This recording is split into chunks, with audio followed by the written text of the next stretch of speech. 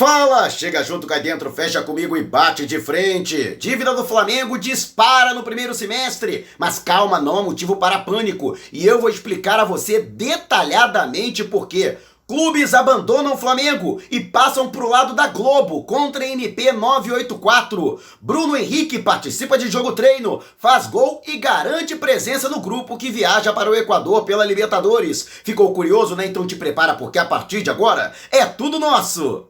Mengão vem, pisa, toma ataque, ajeitou, bateu o golaço! Gol!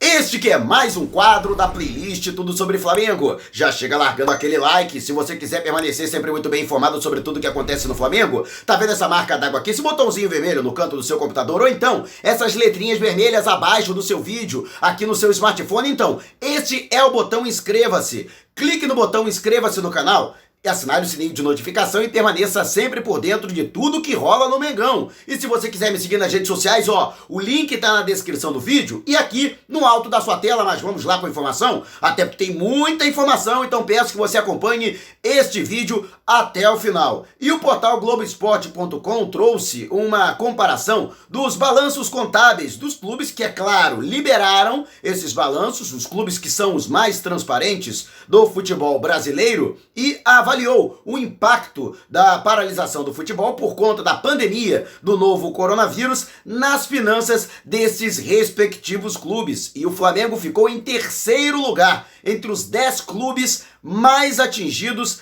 pela pandemia. A sua dívida, que em dezembro de 2019, no balanço do último semestre da temporada passada, ficou em R$540, saltou para 703 milhões de reais, de 540 milhões para 703 milhões, um aumento de 163 milhões de reais. Trouxemos, inclusive, a avaliação do último trimestre, foi justamente esse o déficit que o Flamengo alcançou, né, no segundo trimestre deste ano, 163 milhões. Mas muita gente já se manifestou nas redes sociais, que a diretoria lambona, que a diretoria meteu os pés pelas mãos, que o Flamengo voltou ao que era antigamente, voltou a ser perdulário, volta a bandeira de Melo. Calma, não é motivo para pânico e eu vou explicar por quê.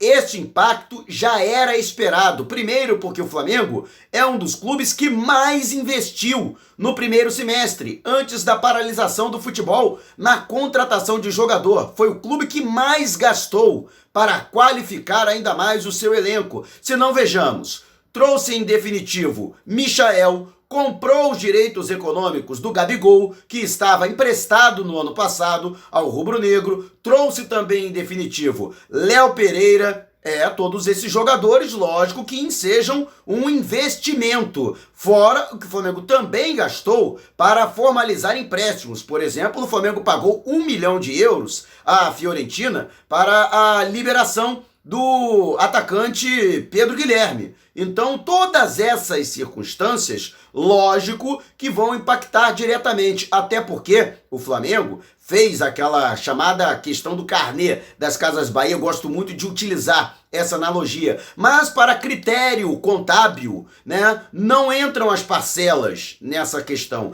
Entra o valor cheio, como se o Flamengo tivesse pago ou tivesse se comprometido a pagar à vista. Por exemplo, os 16 milhões e meio de euros do Gabigol, e não os 1.650.000 euros que o Flamengo paga parceladamente, ou então os 7 milhões e meio de euros do Michael, e não os 2 milhões e meio de euros que são pagos também em 3 parcelas. Assim também a situação do Léo Pereira e demais jogadores que o Flamengo teve que desembolsar dinheiro para trazer. Ao passo que, com relação aos jogadores vendidos, não acontece da mesma forma. Os jogadores, por exemplo, como o Renier, o Real Madrid, ele que já está até no Borussia Dortmund, emprestado pelo próprio merengue, o Real só pagou uma parcela de 3, né, dos 10 milhões de euros que parcelados, né? 30 milhões, na verdade, em 3 parcelas de 10 milhões de euros. Portanto, consta que o Flamengo recebeu apenas 10 milhões e não que o Flamengo tenha a receber mais 20. O mesmo acontecendo com Pablo Mari. O valor do empréstimo já entrou nesse balanço contábil, mas o valor que o Arsenal ainda vai pagar pela transferência em definitivo, o jogador que, apesar de uma grave lesão, ele permanece no clube inglês, né? Isso ainda não entrou nos cofres rubro-negros. Então, justamente por isso, existe essa defasagem. E outra, a Globo e a própria Conmebol deram adiantamentos aos clubes. O Flamengo solicitou e teve esses adiantamentos que também entraram. Então, não adianta você ficar desesperado, porque a dívida do Flamengo vai voltar ao patamar que era antes da entrada do Eduardo Bandeira de Melo. Lembrando que na auditoria que foi feita, na entrada da primeira gestão do Bandeira, o Flamengo devia 760 milhões. Houve um grande recuo, o Flamengo chegou a recuar para 455 milhões no final de 2018, investiu bastante na qualificação do elenco, que foi necessário para que o Flamengo tivesse um ano maravilhoso em 2019 e esperava-se que houvesse um equilíbrio, ficasse ali em R$500 bilhão essa dívida, entre 500 milhões e 550 milhões. Só que houve a paralisação e com isso o impacto. Mas é o mesmo, por exemplo, imagina, você vai nas Casas Bahia, eu gosto dessa analogia, e você compra uma TV de 49 polegadas por R$2.500. Se você souber alguma TV de 49 vendendo por R$2.500, me avisem. Mas só para simplificar. Beleza, aí você vai comprar em 20 parcelas. Você não tem dinheiro, né? Então, eu, por exemplo, não tenho, só compro assim. Então, você vai lá e compra. Você paga as suas 3 primeiras parcelas em dia, sem atrasar, né? Rigorosamente, como manda o figurino. Paga lá os 3 primeiros carnês lá do talão. E aí, de repente, você descobre que seu nome está no SPC, porque eles colocaram lá uma dívida de 2.000, porque a TV vale 2.500, você só pagou 500, tem mais 2.000 ainda. Não funciona dessa forma, né? Teve um acordo, né? Você sabe que você está devendo, mas você ainda vai pagar e já está honrando, né, esse pagamento parcelado. É o mesmo que está acontecendo com o Flamengo. Então, boa parte desses 163 milhões, né, de déficit, de aumento da dívida, é de investimento no elenco, né? Então, na verdade, não é questão de dívida trabalhista, não é dívida patrimonial, não é nada disso, não é dívida fiscal. Então, fique tranquilo. O que pode te causar alguma preocupação é esse movimento dos clubes contra o Flamengo com relação à MP 984, que ficou apelidada de Medida Provisória do Flamengo, MP do Flamengo, que foi publicada no Diário Oficial da União no dia 18 de junho deste ano, assinada pelo presidente da República, Jair Bolsonaro. Ela que enseja, né, que impõe mudanças na lei da Pelé, que diz respeito à questão dos direitos de transmissão para o mandante da partida. Pela lei Pelé, né,